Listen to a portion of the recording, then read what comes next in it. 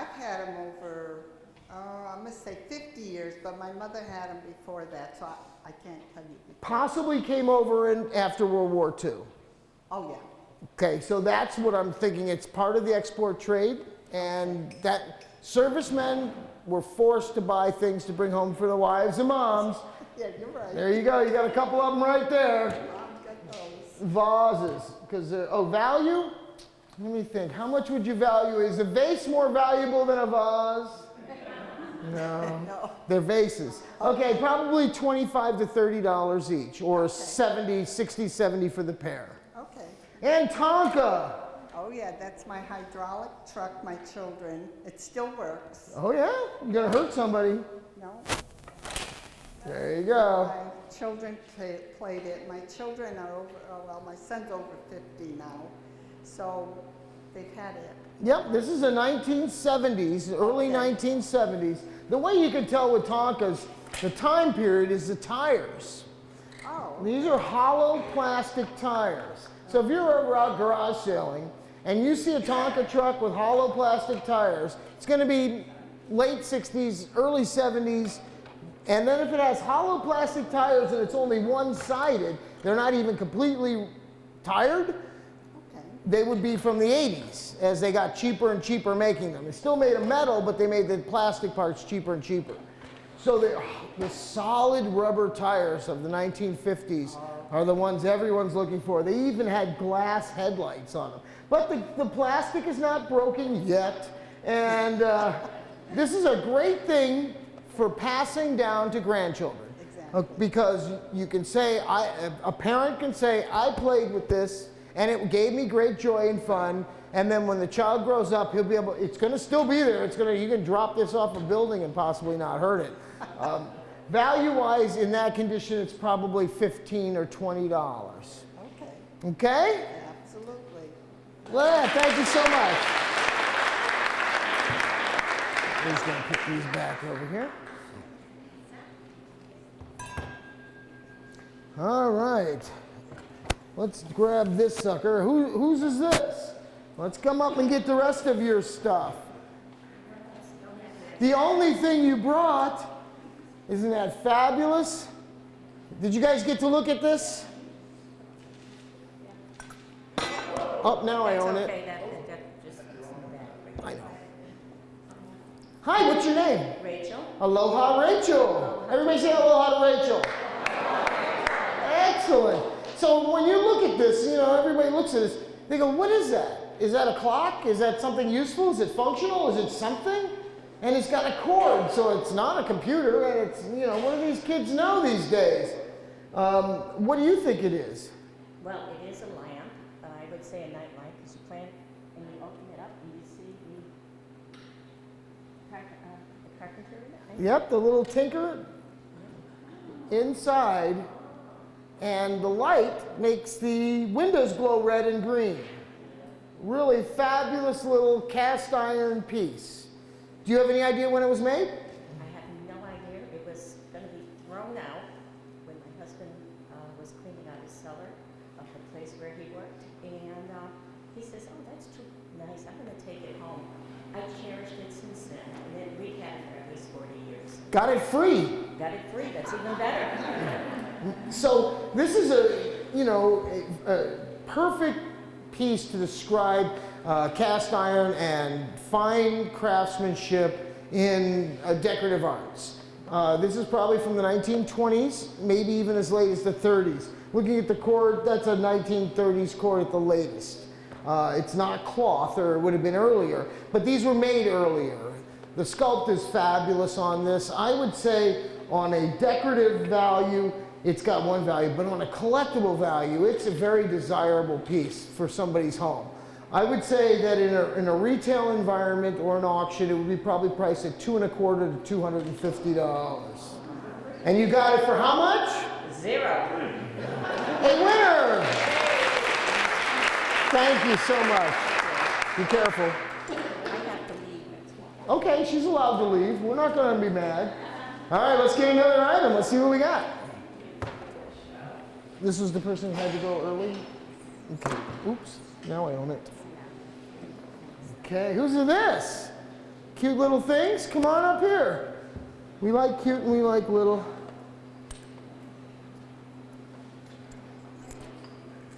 Whee. Let's get this. How was that, huh? Woo-hoo. I'm Roger Daltrey. Oh, you guys don't get that reference. That's the Who. Anyway, hi, aloha. What's your name? Aloha, Evelyn.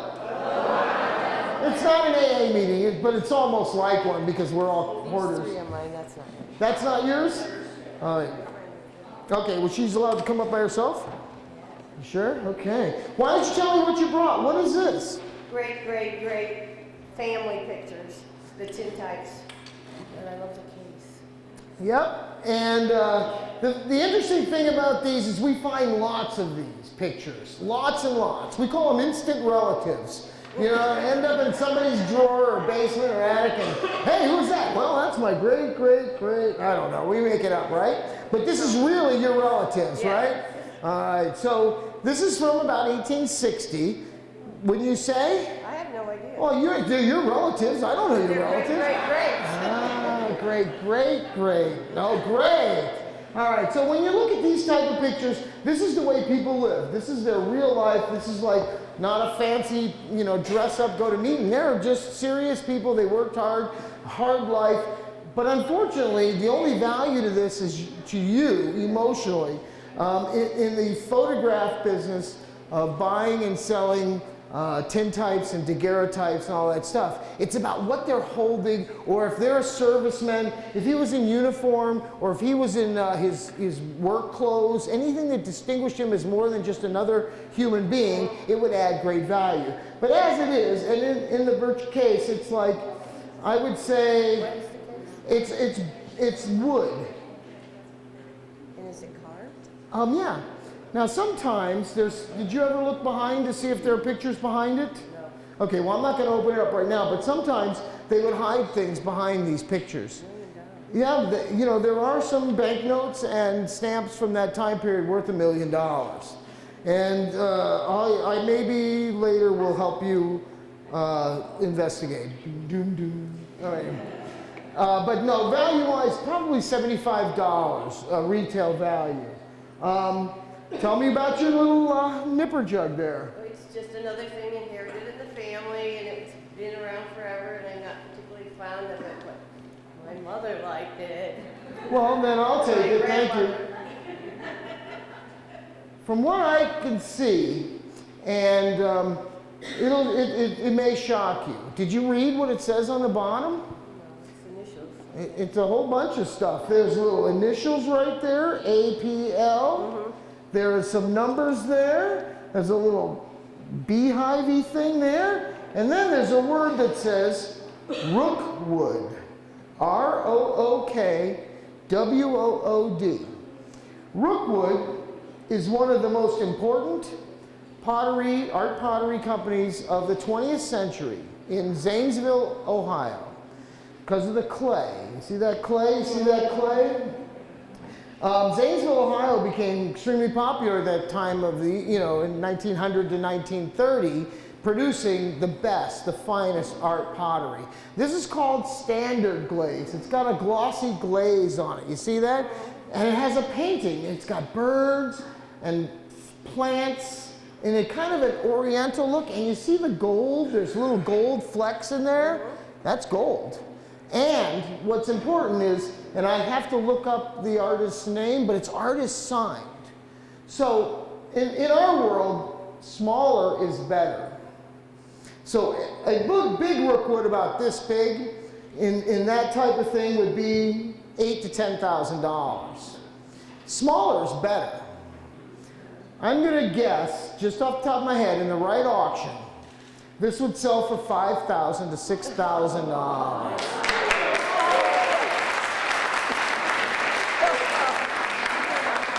Give you $20 right now. You know, I guess I will say $20 first. And, yeah, I'll get that.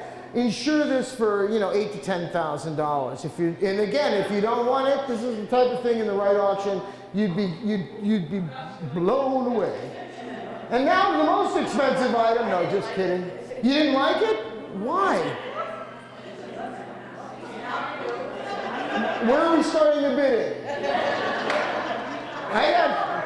too. I already bid 20. Come on. Top that, kids. All right, let's go on to the fun stuff. Yeah, her head is very, falls off. Do you know why? You know what she is? No. She's called a nodder. This is the earliest of the nodders. You guys all know nodders, bobbleheads you see at baseball games. And I know, she's quite loose. And she's got her original umbrella, which is really hard to find. And it's from a store called Scharf's, which is a famous store that sold dolls and toys in New York City in the turn of the century. So, this is not only it's not only a bisque nodder, it's a seated bisque nodder, they're very rare, and you've got the little tin umbrella. So to a doll collector, that would be about $100. Yes? That's nice. Come on, give it up! Thank you so much for coming. No rush. Do you want to, your friend, is your friend coming up? Thank you. Take my card if you need help with that. That would be a pleasure. Aloha. What's your name? Say aloha, Marsha. I got highs and I got, that's better. Aloha, Marsha. Thank you. What you got? Bottle with a monkey on it. I got a monkey on my back, but never on my bottle. Never seen another one. What do you know about it? Where did it come from? My grandmother. Your grandmother? And what do you mean by that? She just had it laying around and she left it, or? Little, it was always in the living room on a table by the window. Excellent. Well, I'll tell you a little bit about your bottle. When you look at the bottom, you see it's kind of like unfinished and rough, right? You can feel it. You know what that says? That says it was hand blown. It's not a molded piece. When you see something like that, you'd expect it to be a molded piece, like they pour the glass in a mold. But what they did is they had a mold, but it was hand blown into the mold back in the 1920s or 30s when this was made. So realistically, you got a metal thing, shape of the thing, and you would put the glass and you'd blow it into it, and it would blow it into the mold, and then it would still have to take it off at the pontal, which is where it's cut off there. So that's really good. I've never seen one either. I would say you wouldn't want to sell this, would you? Okay, I was going to start the bidding and see what we get. What do you think? Who's going to bid on this? You see? Nobody wants it. No, everybody wants it. It's a cute little monkey. I would say retail value on this monkey in a good shop would be around $75. And you know, if you fill it up with really good booze, it goes up in value. Thank you so much.